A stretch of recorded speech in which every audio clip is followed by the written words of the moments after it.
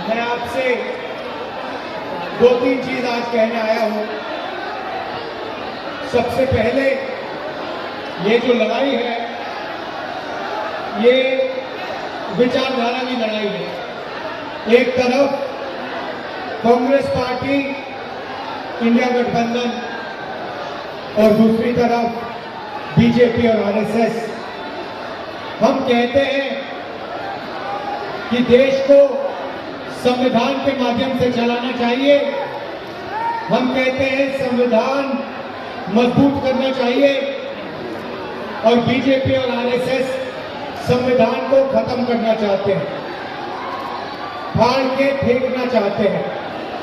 ये संविधान अंबेडकर जी का संविधान है, फूले जी का संविधान है, बुद्ध भगवान, गांधी जी, इन सब की आवाज इस संविधान के अंदर है। अभी मैंने बिरसा मुंडा जी की फोटो पर फूल चढ़ाए, उनकी भी सोच इस संविधान के अंदर है।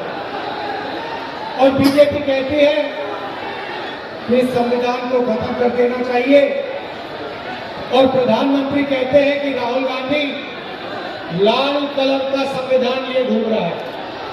देखिए इसका कौन सा रंग है उससे हमारी परवाह नहीं है, इसके अंदर क्या लिखा है वो हम बचाना चाहते हैं। नरेंद्र मोदी जी कहते हैं संविधान खाली है। ये देखिए संविधान खाली नहीं है, संविधान भरा हुआ है। संविधान आपकी आत्मा है, देश की आत्मा है। और हमारे प्रधानमंत्री इसके बारे में कहते हैं कि ये खोखला है, खाली है। ये संविधान क्यों लूटना चाहते हैं? क्योंकि जो आपका है, आपका जो धन है, ये लेना चाहते हैं और अदानी जी जैसे लोगों को ये पकड़ाना चाहते हैं। भाइयों और बहनों, मुझे कहा जाता है कि यहां पर ओबीसी की आबादी है, तो भीड़ में आज पिछड़े वर्ग के लोग होंगे। मैं आपसे सवाल पूछना चाहता हूं, क्या आपको मालूम है हिंदुस्तान में कितने पिछड़े वर्ग के लोग हैं? कोई जानता है? यहां पे हिंदुस्तान की आबादी में पिछड़े वर्ग कितने हैं? कोई बता सकता है मुझे? अच्छा बताओ, दलित कितने हैं हिंदुस्तान में? कितने परसेंट है? कोई नहीं बता सकता। आदिवासी कितने हैं? कोई नहीं बता सकता। पिछड़े कितने हैं? कोई नहीं बता सकता। आपको अपनी ही आबादी नहीं मालूम।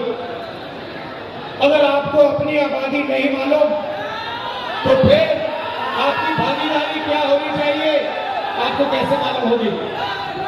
मैं आज आपको बताना चाहता हूं कि हिंदुस्तान में 15% दलित आबादी है, 8% आदिवासी आबादी है और 50% पिछड़ा वर्ग की आबादी है। तो अगला सवाल उठता है, अगर देश में 50% पिछड़ा वर्ग है, 8% आदिवासी वर्ग है और 15% दलित वर्ग है, उसमें 15% माइनॉरिटी और जोड़ दो,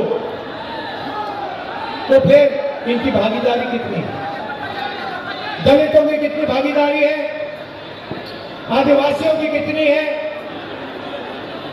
और सबसे जरूरी सवाल, पिछड़े वर्ग की इस देश में कितनी भागीदारी है? भाई और बहनों, आप मीडिया देखते हो,